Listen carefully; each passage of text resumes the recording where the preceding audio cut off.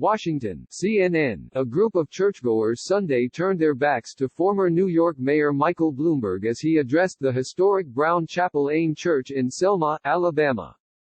A group of at least 9 people took part in the protest as Bloomberg spoke during a 55th commemoration of Bloody Sunday, a historic civil rights march in 1965 where 17 people were injured by police as they attempted to cross Edmund Pettus Bridge in Selma during their march to Montgomery, Alabama, to demand the right to vote for black people. Bloomberg was the first Democratic presidential candidate to address the congregation Sunday. As he spoke about his Greenwood initiative, which he launched in Tulsa, Oklahoma, in January and to address systemic bias that has kept many black Americans from gaining wealth, several people sitting in the church pews stood up and turned their backs to him. During his campaign, Bloomberg has faced repeated criticism over policies that impacted minority communities, including the controversial stop and frisk policing strategy. In first introducing Bloomberg Sunday, the Reverend Leotis Strong told the group that when he first invited Bloomberg to Brown Chapel, Bloomberg told him, "I've got to beat Donald Trump, I don't have time to go to Brown Chapel." Strong said he threw away the paper he had with Bloomberg's information, disappointed.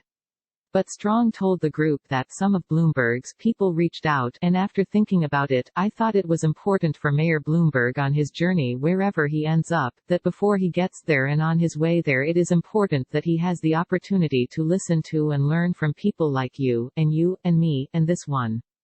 He continued, "I think it's important for Mr. Bloomberg, Mayor Bloomberg, to hear from you, to listen to you, to learn from you, and this will allow Terry Reynolds and some of us, some of you, to keep him informed about what is important to you. Does that make any sense to you? Mayor Bloomberg." Bloomberg then greeted the group. Before the former mayor of New York launched into his remarks that were protested, Strong addressed the congregation again, saying, "I think it's important that he came. And it shows a willingness on his part to change. And I like that. And I think that that's important. And I want to thank him for coming, for being here."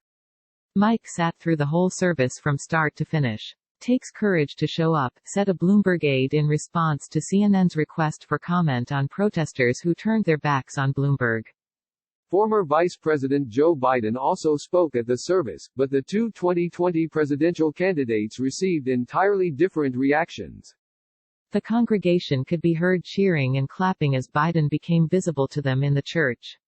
He walked up and sat in a chair in the center behind the pulpit and next to Reverend Al Sharpton, and later Alabama Democratic Representative Terry Sewell, who has endorsed him, while Bloomberg observed the service from the front pew. During her remarks, Sewell praised Biden for his work in the African American community, even going so far as to note that he took on banks to combat the redlining that made it near impossible for African Americans to buy homes.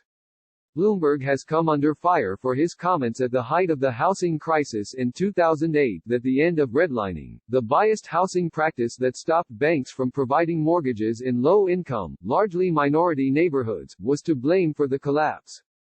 This story has been updated to include remarks from a Bloomberg campaign aide Sunday.